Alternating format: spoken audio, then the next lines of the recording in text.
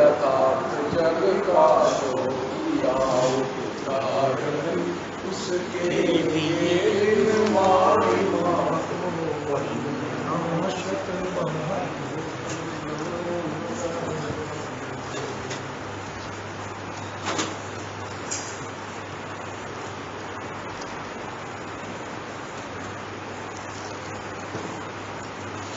सबसे बढ़िया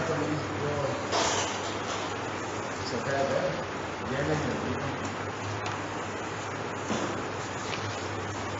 ये तीसरे में हस्त होता है, इसकी शकल ऐसी रहती है जैसे अभी मोक्ष में जाने वाले हैं। जय श्री ओम नमस्ते। एस सुरासुर सिंह वंदिदं धोदगादिकं मलम् प्रणमामि वर्धमानं तीर्थं धम्मस्कतारं शेषे पुण्यतीर्थहरि ससौ वसिद्धे विशुद्ध भावे सम्मेयणानदंसं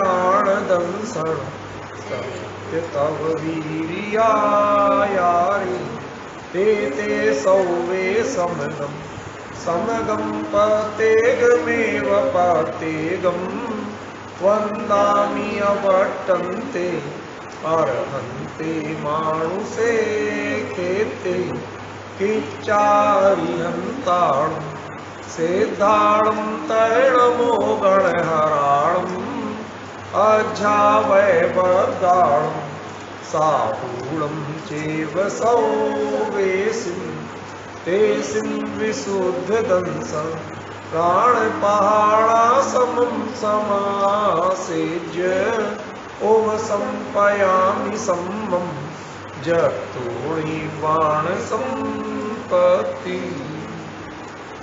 प्रवचन सार परमागम गाथा 114 पृष्ठ 239 गे तत्व प्रज्ञापन अधिकार। मूल गाथा ले दवट्ठियेण सौमं दौवन्तं पज्जयट्ठियेण पुनो हवदीय अर्णमणं तत्काले तन्मयतादो। यह बहुत गंभीर गाथा है। यद्यपि हम लगभग 3 सप्ताह इस पर चर्चा कर चुके हैं। अभी इसके कुछ बिंदु बाकी हैं जिन पर चर्चा आज हम खुलासा करने की कोशिश करेंगे। 2 शब्द तो स्पष्ट किए ही थे पिछली बार, दवट्ठियेण और पज्जयट्ठियेण। इसका अर्थ क्या था संजय भाई? द्रव्यार्थिक और पर्यायार्थिक, इसका अर्थ क्या था? 3 इनमें अलग अलग शब्द बताए थे, द्रव्य, अर्थ और एक प्रत्यय का भाव, ठीक है ना? ऐसी पर्याय, अर्थ और एक प्रत्यय का भाव, ठीक। इसमें जो अर्थ शब्द है उसका अर्थ क्या बताया था? परिपूर्ण। बहुत अच्छा। परिपूर्णता माने क्या? कोई जब जैन दर्शन की जो वस्तु व्यवस्था है वह अपने आप में केवली प्रज्ञप्ति के अनुसार परिपूर्ण है या कहीं भी अधूरी है? परिपूर्ण है ना। तो द्रव्य जैसे परिपूर्ण है, पर्याय भी अपने आप में परिपूर्ण है कि नहीं?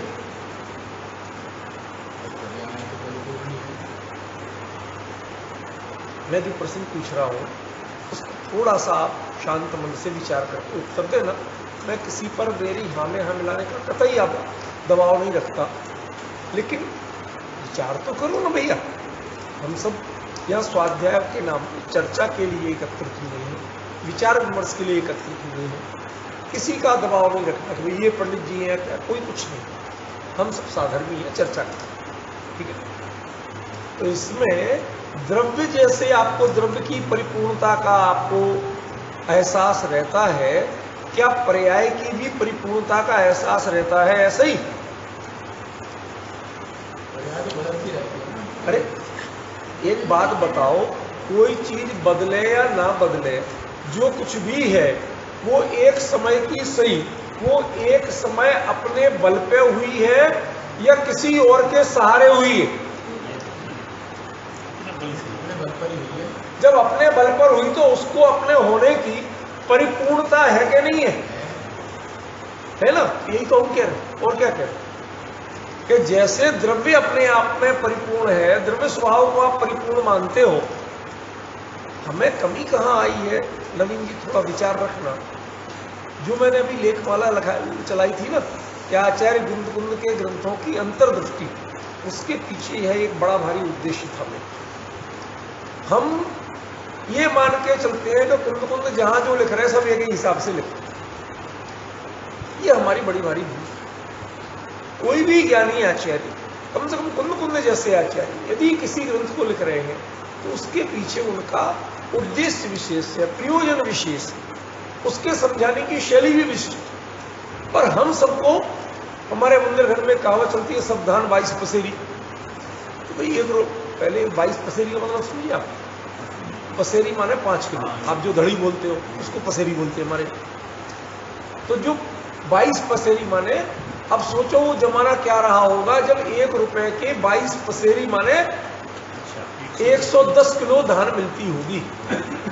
तो वो कैसा बासमती वाली धान भी 1 रुपए की 22 किलो 22 पसेरी, और जो परवल की धान भी सब।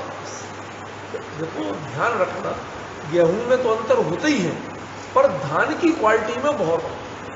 आज भी चावल में रेट में जितना वेरिएशन है उतना गेहूं में नहीं है भाई साहब, बुरा मत मानना। राशन वाली बात छोड़ दो, अदरवाइज आप देखेंगे तो गेहूं के एवरेज रेट में कभी वो दुगने से ऊपर नहीं जाता अंतर। भाई सस्ता वाला यदि 20 रुपए किलो है, महंगा वाला 40 रुपए किलो चला जाएगा, इससे ऊपर नहीं जाएगा। आप बाजार में जा ट्राई करके देख सकते हैं। लेकिन चावल में आपका 15 रुपए किलो 20 रुपए किलो से शुरू हो रहा है तो 150 रुपए किलो 200 रुपए किलो तक जा रहा है। मैं दृष्टांत के पीछे भी कुछ मर्म होता है ये बताने की कोशिश करता हूं। तो जैसे दृष्टांत दिया ना सावधान 22 पसेरी, यद्यपि हमारा प्रतिपाद्य विषय नहीं है, लेकिन मेरा एक अभिप्राय रहता है कि जो भी बात आए कम से कम 2-3 लोग हमारे श्रोता स्पष्ट तो पहचाने इसका मतलब क्या हो। ठीक है, तो ये सावधान 22 पसेरी कहने का मतलब ये एहसास दिलाना कि धान के मूल्यों में और गुणवत्ता में बहुत वेरिएशन होते हैं, वो सब एक जैसे नहीं होते हैं, सबको एक भाव नहीं लगाया जा सकता। समझे? तो आपके मन में भी यही एक बड़ा भारी अंतर है। द्रव्य स्वभाव के बारे में जब समयसार ने समझाया, वो समयसार की दृष्टि विशेष थी, उसने पर्याय की उपेक्षा करना सिखाया, तो आपके दिमाग में बैठ गया पर्याय तो ऐसे ही है। यही गलत तो नहीं पकड़ रहा हूं आपकी बात में, मैं आपको एनालाइज सही कर रहा हूं ना कि हमारे दिमाग में समयसार की चर्चा ने यह बिठा दिया, वो थी प्रयोजन की चर्चा, वो वस्तु स्वरूप की चर्चा नहीं। लेकिन उसने हमारे दिमाग में मुमुक्षुओं को एक ऐसे बड़ा भारी एक ड्रॉबैक पैदा कर दिया, भ्रम पैदा कर दिया कि वो वस्तु स्वरूप में भी पर्याय को, अरे ये तो ऐसे ही है, दिल्ली की भाषा में एवं ही है। ये एवं ही क्या होता है भैया? ऐसे ही क्या होता है? अरे उत्पाद सत्य है, व्यय सत्य है, द्रव्य सत्य। यदि द्रव्य सत्य है तो उत्पाद और व्यय भी तो सत्य है ना। समझ गए ना? वो आपको अपूर्ण नजर क्यों आता है, वो डिफेक्टेड नजर क्यों आते हैं, वो पराश्रित नजर क्यों आते हैं, उनमें आपको सुधार की गुंजाइश क्यों लगती? मेरा प्रश्न समझ में आ रहा है क्या? जिसको वस्तु स्वरूप का यथार्थ निर्णय हो जाए उसके लिए सम्यक दर्शन, मोक्ष मार्ग और मोक्ष से कोई नहीं रोक सकता। ये कर्म संयोग के तीव्र मंदोदय आदि की जो कुछ भी काल लगे सो लगे, क्रमबद्ध में जो जब होना है सो उससे मैं विरोध नहीं कर रहा, लेकिन मैं जो बात बताना चाहता हूं उसमें वो मैंने अभी क्या कहा था लास्ट टाइम, कुंद को जब वहां सिमंदर स्वामी, अब उनके लिए अब हमारे लिए कुछ नहीं करना, अब काय का स्वर्ग और काय का, ये जो दृष्टि का अंतर आता है ना, वो दृष्टि के अंतर की बात कर। आज जो हमें बारंबार लगता है कि नहीं इसमें ये सुधार की गुंजाइश से किया जाए, पर्याय हमें दया की पात्र लगती, अपाहिज लगती, और दूसरे कुछ पर्यायों को हम लमलेट होकर पूजना चाहते, बुरा मत मानना। यदि आपको पर्याय अपाहिज लगती है, पज्जे मूला परसमया है, समझ गए ना? देखो प्रवचन सार ने भी वही शब्द कहे, समय सार ने भी वही शब्द कहे, लेकिन दोनों में जब दोनों के प्रकरण के अनुसार बिल्कुल पूरा अंतर। समय सार में पज्जे मूला परसमया दृष्टि के हिसाब से कहा, और प्रवचन सार में पज्जे मूला, ये बिल्कुल यही कही शब्द वाक्य आया है, पज्जे मूला ही परसमया, पढ़ा है ना आपने? वहां क्या अभिप्राय है? पर्याय माने परिवर्तनशीलता, पर्याय माने उत्पाद व्यय नहीं, जिसकी परिवर्तनशीलता का कुछ नया चाहिए, कुछ आज क्या निकला था और नया क्या आया, इस पर कुछ नया बताओ भाई। ये जो हमारे लिए जिज्ञासाएं रहती है ना, जो मिला उस पर तृप्ति नहीं होती, कि गलत कह रहा हूं, समझ में आ रही है? जो मिला उस पर हमारा चिंतन मनन, उसमें गहराई आना, वो नहीं जान के और भाई सब नया क्या है, तुम्हें नए जो मिल गया उस पर तुम्हें तसल्ली नहीं है, क्या वो पच गया? हमारी स्थिति वास्तव में बिल्कुल वैसी होती जा रही है कि जैसे कोई तीव्र लालची व्यक्ति, पचे या नहीं पचे, लेकिन दाल बाटी चूरमा और कुछ नया बना। तो हमारे यहाँ तो हमने 150 आइटम बनवाए, 150 खा सकते हो। मेरा प्रश्न समझ रहे हैं कि समझ रहे? पहले ये तो देखो, हमसे नया क्या पूछते हो? जो तुम्हारे पास है इसे पूरा चबा के पचाने की हिम्मत है, वो प्रक्रिया कर ली तो अगला पूछो, समझ गए? लेकिन ये हमारे ये नहीं, और नया क्या? ये लोग सिर्फ सगल करते हैं, जो नया नया ढूंढने जाते हैं। शगल तो समझते हो ना? शगल करना माने जिसे कहते हैं ना, जस्ट मजे लेना। जी हाँ, ये उर्दू का शब्द है, हिंदी का नहीं है, इंग्लिश का भी नहीं, ठीक है ना? वो क्या शगलबाजी करते हैं, सगुफाबाजी करते हैं, तो सगल सगुफा इनमें कोई पर्यायवाची नहीं है, मतलब इस तरह का कुछ, समझ गए ना? तो वे करते क्या है, हमें जिनवाणी के तत्व ज्ञान की चर्चा भी कुछ सगलबाजी तब लगती है जब हम लोग, और भाई साहब और नया क्या, अब ये तो सुन लिया, उसके अलावा क्या? ये आकुलता क्यों है आपको? जिनवाणी का एक शब्द भी यदि जीवन में पच जाए तो कल्याण है भैया। बताइए, कोई लोग एक बार जी के सामने प्रश्न किया, किससे भेद विज्ञान से हमारे सम्यक दर्शन होगा? देह से भेद विज्ञान से होगा, पर्याय से भेद विज्ञान से होगा, गुण भेद से भेद विज्ञान से होगा, काय से भेद विज्ञान से हो, कौन सा सबसे ऊंचा भेद विज्ञान है? बोलने का भैया सब भेद विज्ञान बराबर ही है, कोई अंतर नहीं है। तुम जिसको पचा जाओ, जिससे तुम्हारी दृष्टि बदल जाए, उस भेद विज्ञान से होगा, शब्द जाल से कुछ नहीं होगा। समझ गए? अरे देह से ही ममता छूट गई, काम हो गया। इसीलिए योगी जी ने उस समय कहा भी था कि वास्तविक वेद विज्ञान तो देहात्म भेद विज्ञान ही है। क्यों? आपने अन्य में उतनी ममता नहीं जोड़ी है, गुण भेद में ममता जोड़ी। सिर्फ शब्द पढ़ते हो, सुनते हो, लेकिन अंतरंग में कुछ पता है नहीं। इसलिए जिसको आप टॉप क्वालिटी भेद विज्ञान थोड़ा सूक्ष्म कर, इन सब बातों में कुछ नहीं रखा। उन्होंने बड़े सरल शब्दों में कहा था, वास्तव में तो देहात्म भेद विज्ञान ही भेद विज्ञान है। जिससे जुड़े हो उससे छूटना है, जहां तुम्हारा उपयोग अटका उससे छूटने का नाम भेद विज्ञान। क्या सरल परिभाषा हुई नवीन जी? जिसमें तुम्हारा उपयोग अटका है उससे छूटने का। बताओ, निरोग होने के लिए क्या करना? कि जो बीमारी तुम्हें सता रही उससे छुटकारा पर। अरे साहब, वो तो टीबी के इलाज करके ठीक हुआ, वो कैंसर का इलाज करके ठीक हुआ, आप मुझे अकेला जुकाम का इलाज करके ठीक करना चाहते? अरे भाई, तुझे जो होगा वही तो करवाए। अब डॉक्टर से कहो है मुझे जुकाम, लेकिन दवाई तुम कैंसर की दो, मुझे तो महंगा वाला इलाज करवा लो, बड़ा वाला। ये कोई विवेक है क्या? ऐसे तर्क कुतर्क करना नरेंद्र भाई, ये कोई किसी दूर दूर तक कहीं समझदारी लगती है क्या? जैसे ये विवेक नहीं है भैया, ऐसे ही वेद विज्ञान में भी आप परिभाषाओं पर मत जाइए, प्रयोग पर जाइए। तुम्हारा उपयोग जहां अटका उससे बचना है। समय सार में जो पर्याय को बिल्कुल उपेक्षित किया, उसका मतलब यह है जीवन आदि काल से परिवर्तनशीलता। ये भी जो मुमुक्षुओं में क्या है ये, और नया क्या, कुछ नया बताओ। क्यों? जो मिला है उसको तो पचाने की कोशिश करो। समझ गए? नया नया का ये संग्रह वृत्ति से होगा क्या?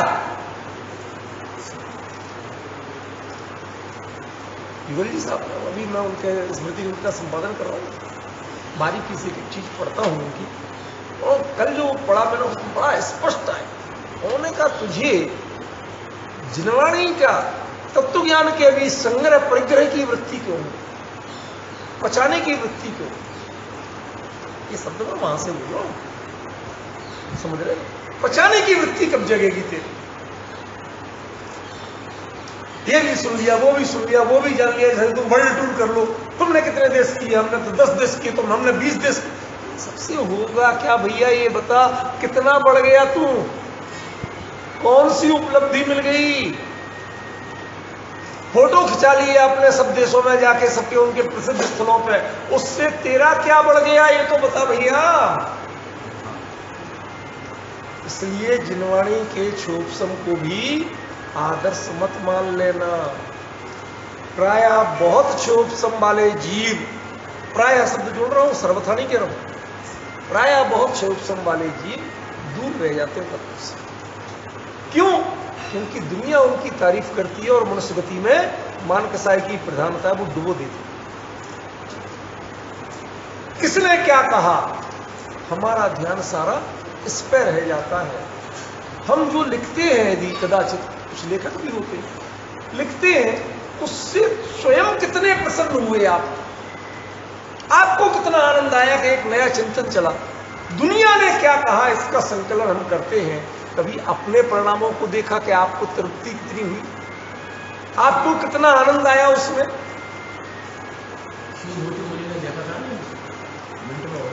बात समझ में आई? तो ये जो प्रकरण है, इसमें द्रव्य और पर्याय पर जो सही नहीं ले पाए लोग, उसका बड़ा भारी कारण है। या इसमें अर्थ शब्द पे जोर दे रहा हूं कि द्रव्य जैसे द्रव्यार्थ है यानी परिपूर्ण है, आज तक आपको पर्याय अपाहिज क्यों लगती है, दया की पात्र क्यों लगती है? जब मर्जी जब रख ली, जब मर्जी जब उपेक्षा कर दी। दृष्टि में उपेक्षा एक अलग चीज है और वस्तु में उपेक्षा अपराध है। क्या कह रहा हूं? दृष्टि में उपेक्षा वह प्रयोजन की पूर्ति करती है, इसलिए आदर्श है, अनुकूल है, अनुकरणीय है। लेकिन वस्तु में उपेक्षा, भाई साहब, वस्तु की उपेक्षा करके आप सम्यक दर्शन से केवल ज्ञान तक, सिद्ध दशा तक सब क्या है, पर्याय है या त्रिकाली स्वभाव है? इसका बजरा भैया कौन इतना सुरगुल कर रहा है?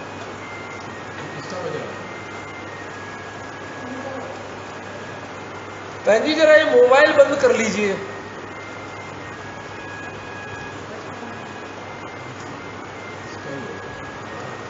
ध्यान रखना चाहिए थोड़ा, इस तरह से क्या डिस्टर्बेंस मेरा नहीं है, मेरा ये बंद पड़ा है। आप जिस तरह सोचते हैं ऐसा नहीं।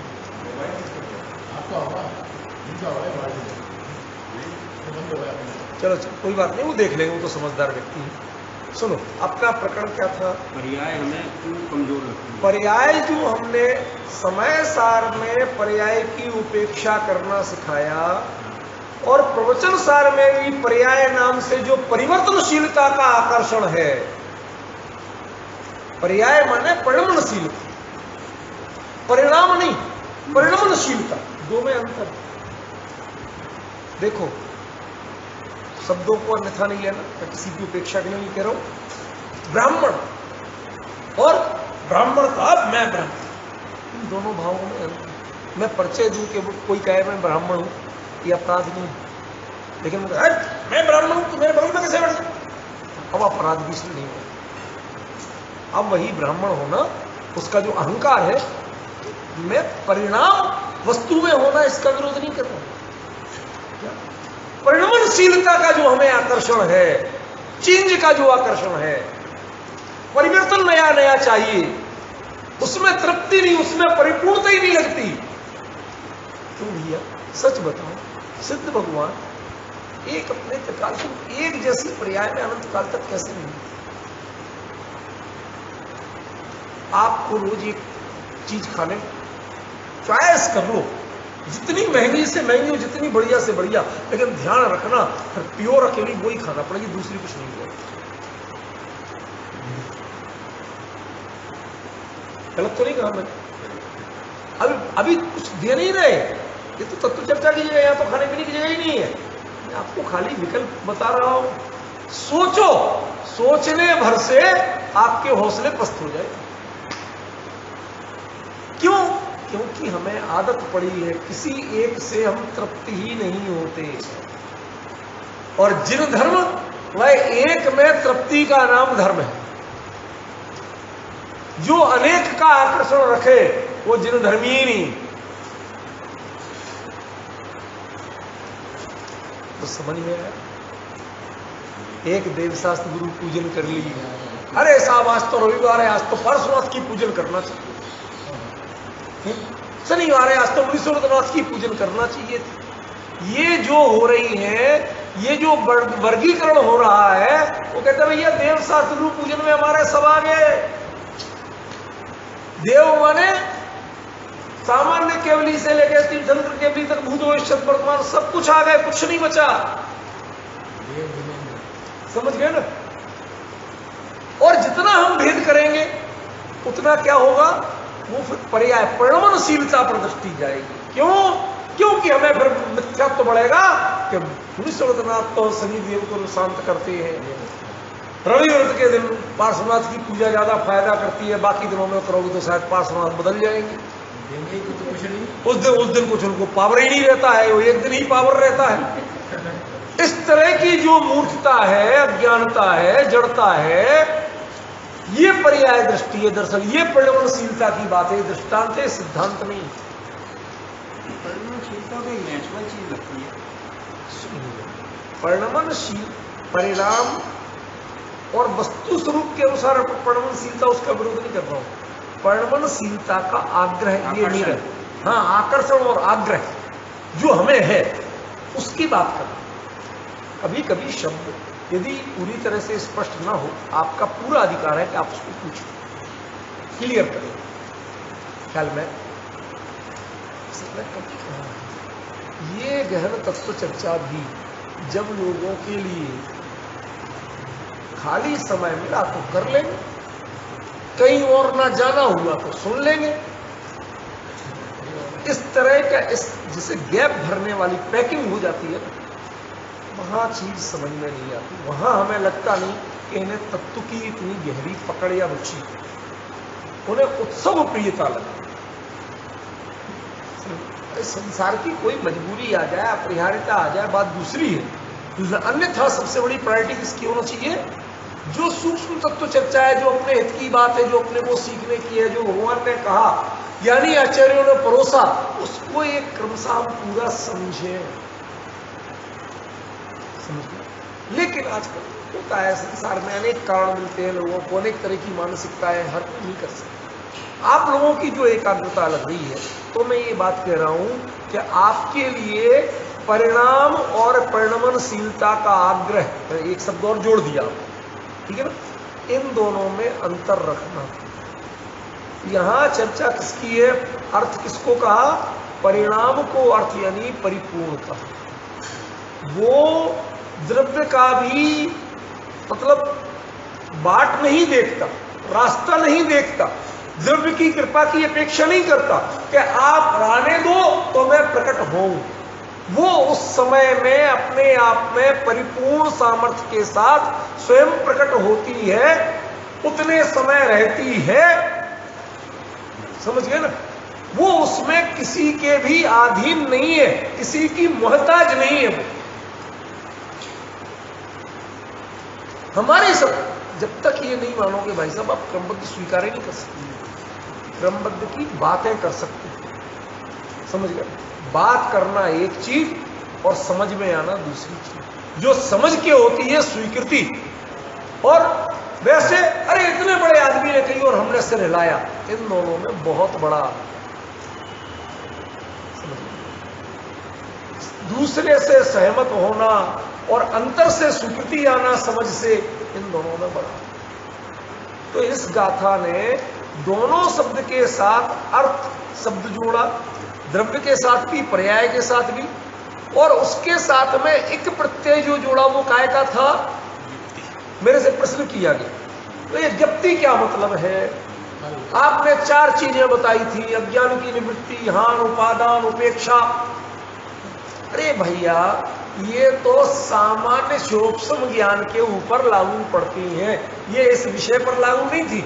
लेकिन उस शब्द से जो कुछ आप समझते हो उसका उल्लेख तक नहीं करूं, कुछ और अर्थ बताऊं तो आपको एकदम समझ में नहीं आएगा। साहब हमें तो ये पढ़ाया था, आप तो ये पढ़ा रहे, ये तो हर बात नहीं बताते।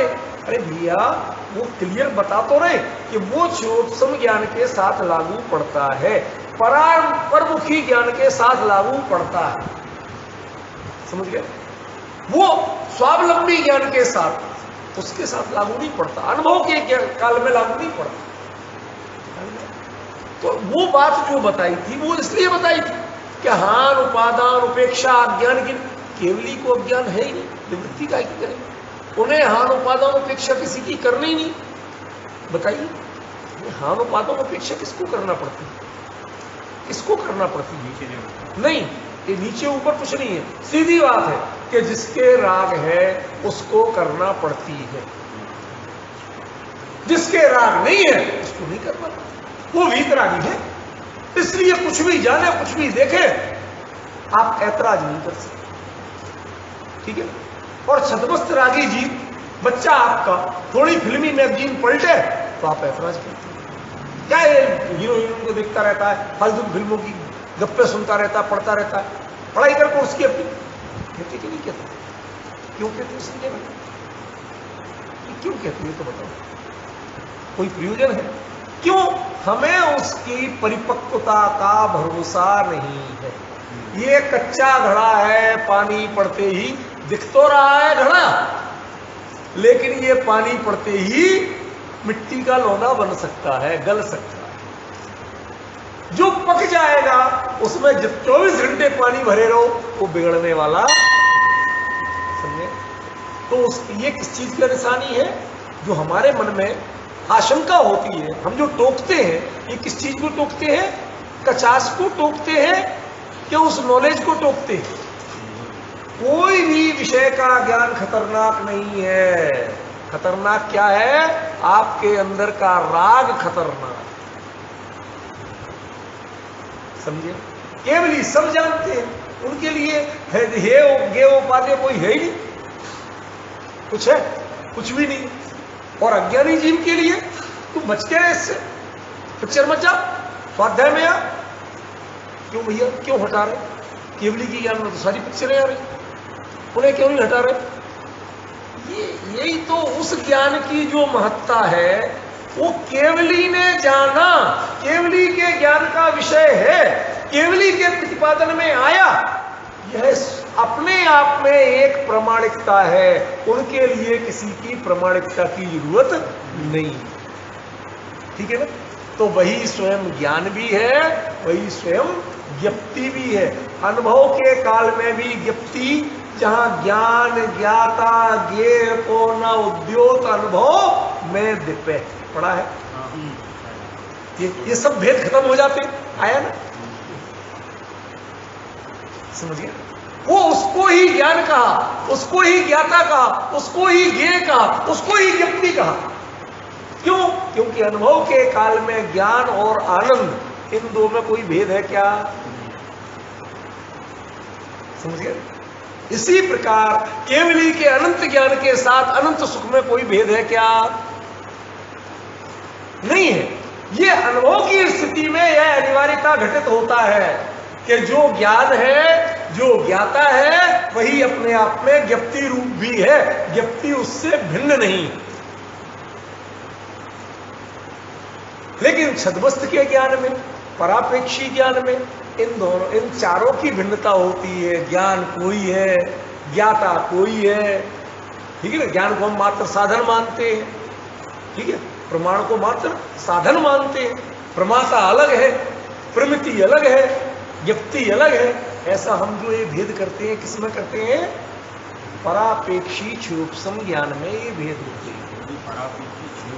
हाँ हाँ, लेकिन जो सोन्मुख है, आत्मानुभव में रूप में परिणत है, उसमें ऐसे कोई भेद नहीं।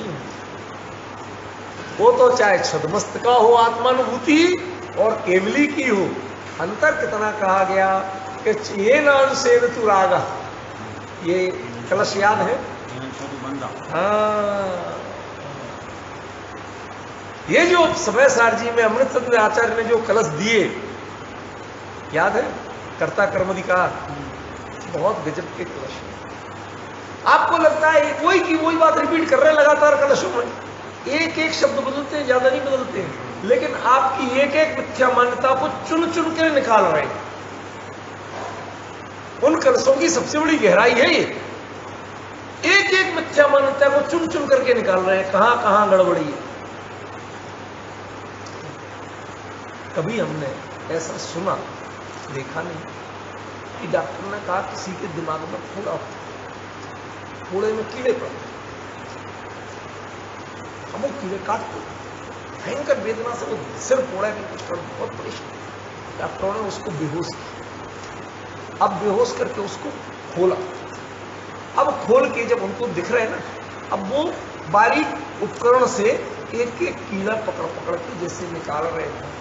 जब सब निकल जाएंगे, अब इसकी तकलीफ नहीं होगी, वापस सिल गई। ख्याल में ये आपके परिणतियों के वही सर्जरी कर रहे हैं अमृतचंद्राचार्य देव।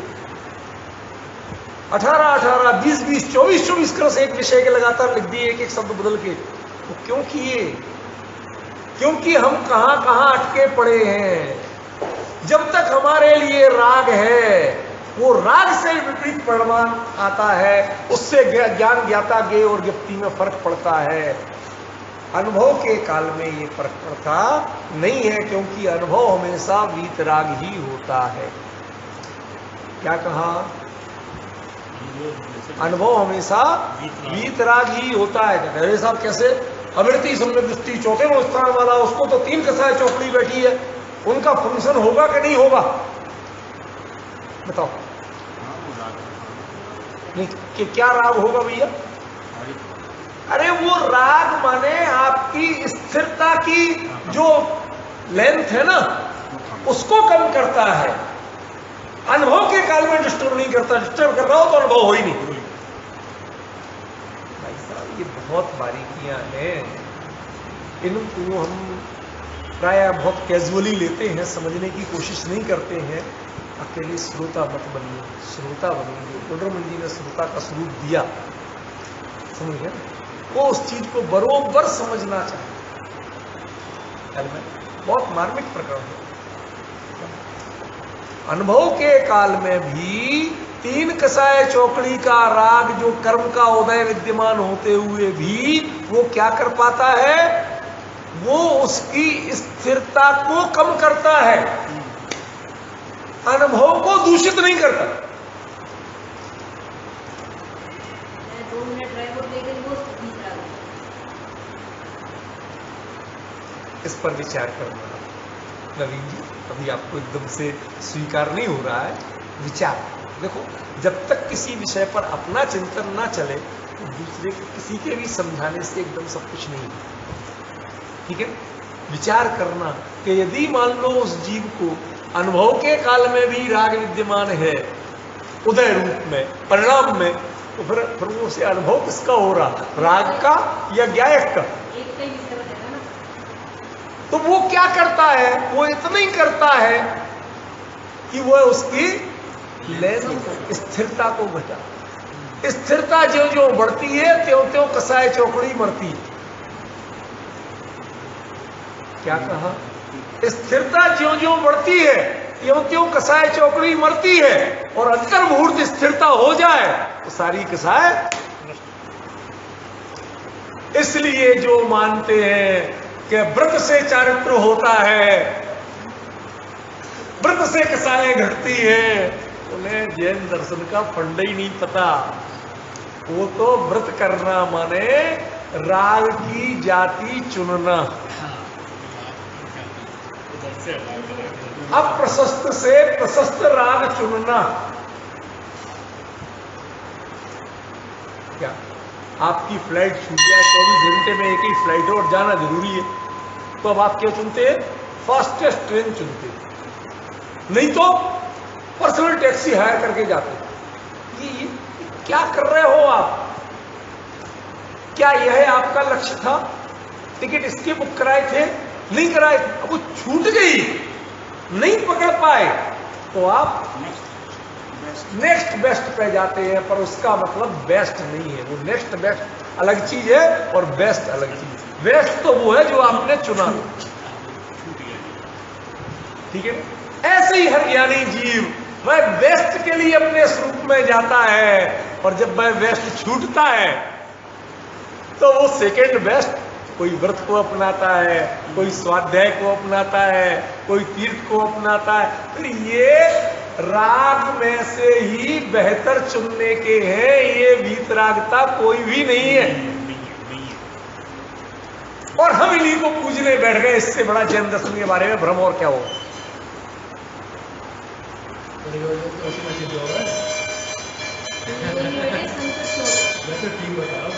मैं आपको कितना, मेरे ख्याल से इन विषयों पे इससे अधिक और क्या स्पष्ट कहा जाए। ये पर्याय की परिपूर्णता की बात, ये परिणाम की परिपूर्णता की बात, पर्याय को अर्थ कहना, वो जैसा होना है वैसा अपनी सामर्थ्य से हो रही है। वो उसने अपनी जितनी कमजोरी स्वयं में अनुभव की, आप जो कांप गए, समझ में, रस्सी इधर से उधर तक सैकड़ों फीट की खाई, पतली रस्सी पे कोई चल जाता है इधर से उधर तक। क्यों चल जाता है? जब तक वो खाई नहीं है। सच बताओ, आप कितनी चौड़ी जगह पे चलते हैं? पैर कितनी चौड़ी जगह पे रखते हैं? पंजे जितनी कि पंजे से ज्यादा? अच्छा, आपको पंजे जितनी जगह है उतनी दीवार बना देते हैं 6 फीट की, और उस पर कहें आप चलो, चल सकते हो, कोई कठिन नहीं है। अकेले पैर रखने की जगह देखो तो, पर उसके आगे खाई है। ये देखते हो, गिराता कौन है आपको? खाई का विकल्प गिराता है। जमीन तो आपके पास पूरी है, आधार आपको कम नहीं मिला है। ऐसे ही किसी पर्याय में परिपूर्णता नहीं है। हमने बाकी चीजों की अपूर्णता देख करके, परिस्थितियां देख करके अपने परिणामों को विचलित किया। समझिए, समय सार में जो पर्याय की दृष्टि छुड़ाई, उसका मुख्य प्रयोजन क्या था? तुम ये खाई देखते ही क्यों हो? वो भय छुड़ाया, चंचलता छुड़ाई थी, आपके परिणामों की कमजोरी निकालने की बात की थी उन्होंने। समझ गए? और उसको हमने क्या मान लिया कि पर्याय तो अपाहिज होती है, वो तो पराश्रित होती है, वो तो बेचारी होती है। भगवान कुंदाचार्य देव यहाँ केवली की साक्षी से क्लियर कर रहे हैं कि पर्याय अपने आप में अर्थ है, और इक माने केवली की ज्ञप्ति के अनुसार पर्याय परिपूर्ण है, केवली के अनुसार भी पर्याय अपूर्ण नहीं। समय कितने रहे ये इंपॉर्टेंट बात नहीं है,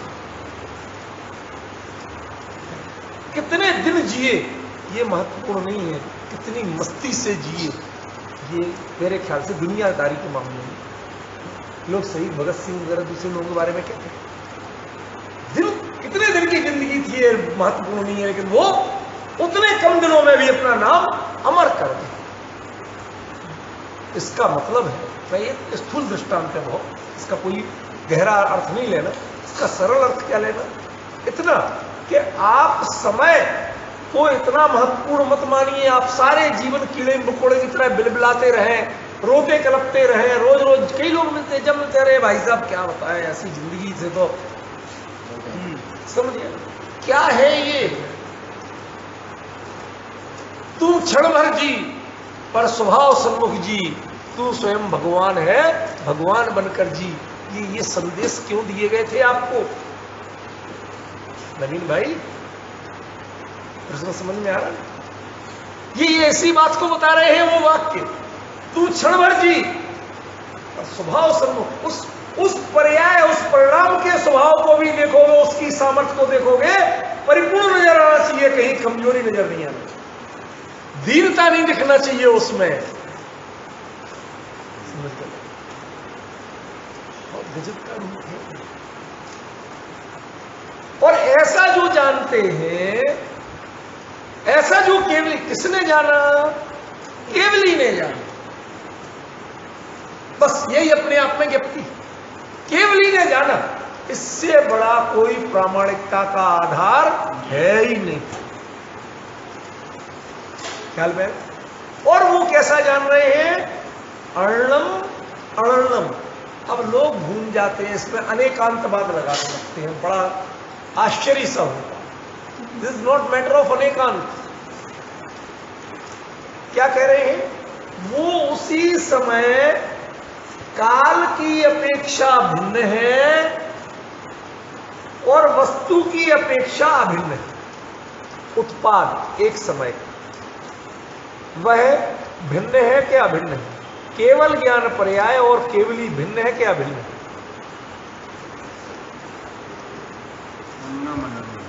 हाँ, आ गए ना, आ गए ना, आ गया उत्तर अपने आप। अर्णम अणर्णम। काल की अपेक्षा देखें तो केवली और केवल ज्ञान भिन्न सिद्ध होते हैं। केवली तो शाश्वत द्रव्य रूप हो गए स्थूल रूप में कहने में, वरना केवल केवली शब्द भी केवल ज्ञान पर्याय पर भी आश्रित है कथन, वह उनके स्वभाव आश्रित कथन नहीं। ठीक है? तो केवली जब आप उसको द्रव्य रूप में लेते हो, वो शाश्वत रूप में लेते हो, केवल ज्ञान पर्याय, कहते इतना ही भेद है। अन्यथा आप केवली और केवल ज्ञान को यदि अलग अलग कर दोगे, केवल ज्ञान को अलग निकाल दोगे, तो इन्हें केवली किस मुंह से कहोगे? नहीं है ऐसा।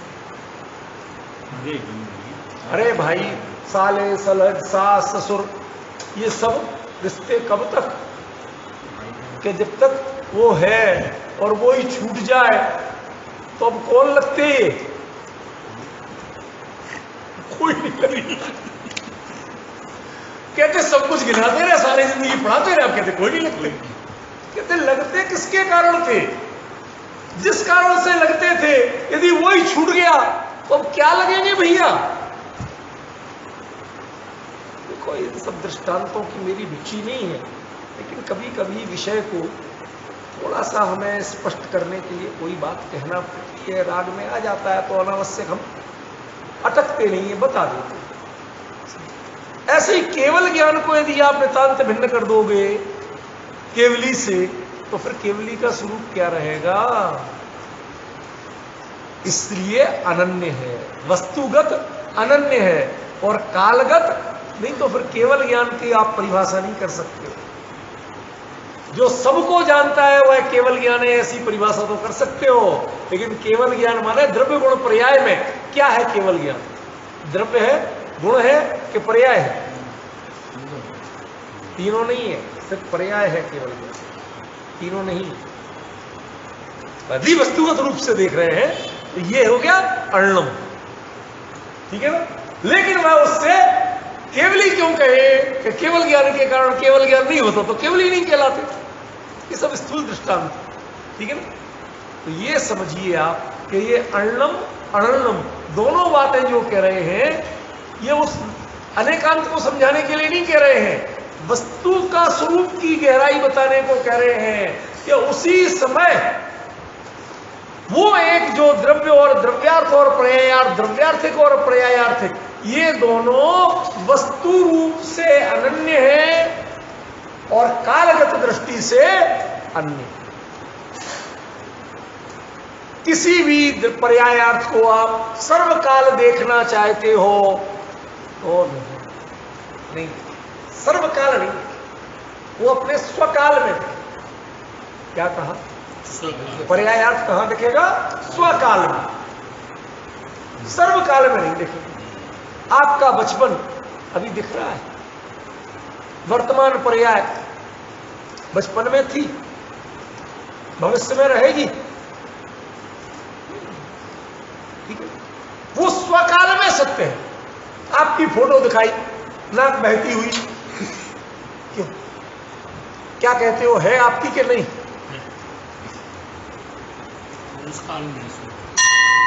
यदि आप कह दो हाँ ये मैं ही हूं, तो इसका मतलब आज तक आपको नाक पोषण नहीं आया। अब आपको समस्या हो जाएगी। उस स्वकाल में, वो भैया बचपने की बात थी, बचपने में तो सब ऐसे ही होते हैं। डिफरेंस समझ रहे नहीं समझ रहे? उसको यदि आपने शाश्वत पे लागू किया तो भी गलत है, और उससे इनकार किया तो भी गलत है।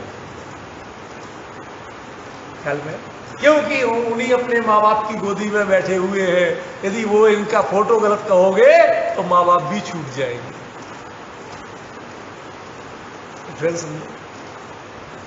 ये जो यहां पर कह रहे हैं आचार्य, फिर साथ में क्या कहते हैं, तत्काले तन्मयत्तादो, तत्काले अण्णम, ये जो काल का उल्लेख किया, मैं यही तो कह रहा हूं बार बार, काल से भिन्न है और तन्मयता से अभिन्न, दो अलग अलग हेतु है।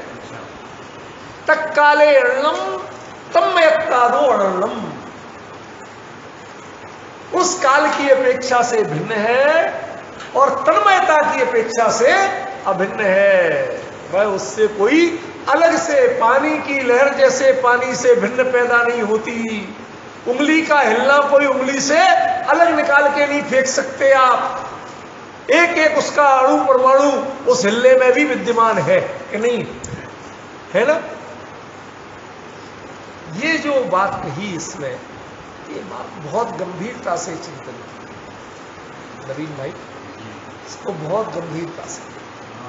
हमारे पास प्रश्न आए, कई प्रश्न आए, लोगों ने खूब ऑडियो क्लिप भेजी, सर हमने ये चीज में ये नहीं समझ पा रहे, ये नहीं समझ पा रहे। मैंने कहा भैया कुछ मत करो, मैं अपनी ओर से जो चला रहा हूं, आप उसको 1 बार 2 बार 3 बार 10 बार 20, अपने आप उसमें बात आ रही है, कहां स्लिप कर रहे हो उसको पकड़ो, कौन सी चीज छूट रही है उसको पकड़ो। सच बताऊं तो आज मैंने ऐसा कोई नया कुछ नहीं बताया, पिछली बातों को ही स्पष्ट करने की कोशिश की। शब्द रूप में ये सब बातें मैंने पिछली बार भी कही थी, लेकिन जब तक विषय हमें इधर क्लियर ना हो, समझ रहे, तब तक आपको बोल जाने से क्या हो। तो हमारी इस चर्चा का मुख्य प्रयोजन क्या है, हम आपस में उस विषय को अधिकतम स्पष्ट करने की कोशिश। हमें तृप्ति कहाँ होगी, हमें समझ में आया, और समझ में ही नहीं आया तो आप जितने चाहे बड़े विद्वान बने रहो, जितने चाहे अच्छे व्याख्यान करते रहो, तो हमारी चर्चा तो आपकी साधर्मी वात्सल्य पर केंद्रित है, तो हम प्रयास करते हैं, इसलिए कई बार बात को रिपीट भी करते हैं। तो ये जो गाथा है ये किसके बारे में है, सवम दवम, ये किसी एक के लिए नहीं है। ये जो बात कही जा रही है वो किसी एक के लिए नहीं है, सभी द्रव्य, और सभी द्रव्य की बात कौन कह सकते हैं, केवल ही कह सकते हैं, दूसरा कोई कह नहीं सकता। क्यों? क्योंकि अभी हमें 99.99999 जितने चाहे कहते जाओ, इतने तो पुद्गलों का ही पता नहीं है, बाकी अरूप के अरूपी का तो पता है ही नहीं। धर्मास्तिका है, हमने सिर्फ पोथियों में पढ़ा है, किसी को पता है? तो यम जय मच्छर, पानी जैसे मछलियों के लिए, तो पानी क्या धर्म द्रव्य है? वो तो दृष्टांत है, पानी तो पुद्गल है, या एक वो जो कुछ भी कह लो, कम से कम धर्म द्रव्य तो नहीं है। लेकिन लोगों को पढ़ाया क्या जरा, तो यम जय मच्छर जैसे पानी मछलियों के लिए चलने में निमित्त होता है, ऐसे धर्म द्रव्य, वो तो ऐसे कहा, लोग तो उसी को मान के बैठ गए। कई लोग कहते हैं पानी धर्म द्रव्य, मछली के लिए पानी धर्म द्रव्य। अरे भैया वो दृष्टांत है, वो सिद्धांत नहीं है। अब दृष्टांत क्यों देना पड़ा? क्योंकि वो अमूर्त चीज को आज तक हमने जानने पहचानने के ज्ञान की सामर्थ्य हमें नहीं है। देखिए, छद्मस्त अवस्था में कोई अमूर्त ज्ञान का विषय बन सकता है, तो मैं के अलावा कोई दूसरा नहीं बन सकता। संजय भाई क्या कहा, छद्मस्त अवस्था में कोई अमूर्तिक यदि ज्ञान का विषय बन सकता है तो क्या बन सकता है?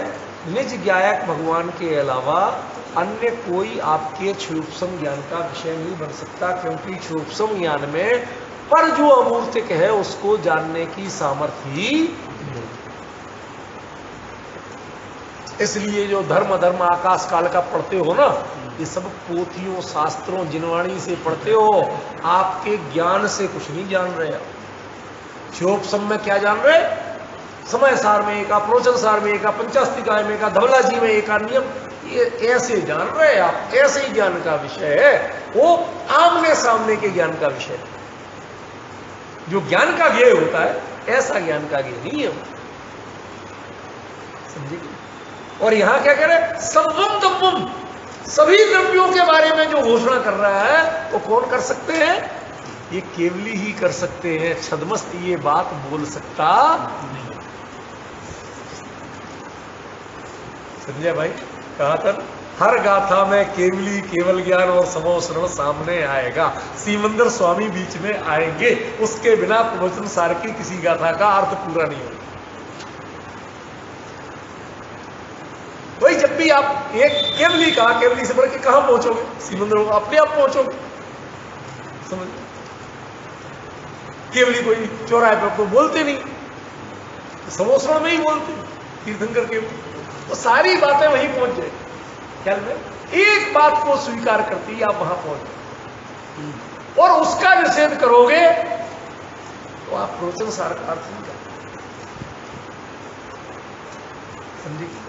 देखो जरा आनंद लो। दव्वठ्ठियेण सव्वम दव्वम तम पज्जठ्ठियेण पुणो हवदियाण्णमण्णम तत्काले तन्मय तादो। उस काल में अन्य, तन्मयता से अनन्य। वस्तु की दृष्टि से देखें तो वो बिल्कुल अनन्य है।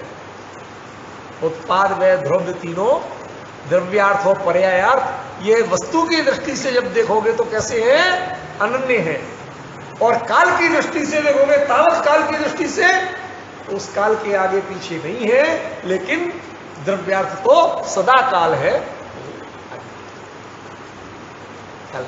लेकिन ये बारीकी केवली के अलावा दूसरा कोई कर सकता, क्योंकि इतनी सूक्ष्मता एक समय को, मैंने आपको बताया था ना आलाप पद्धति आचार्य देव से, याद है?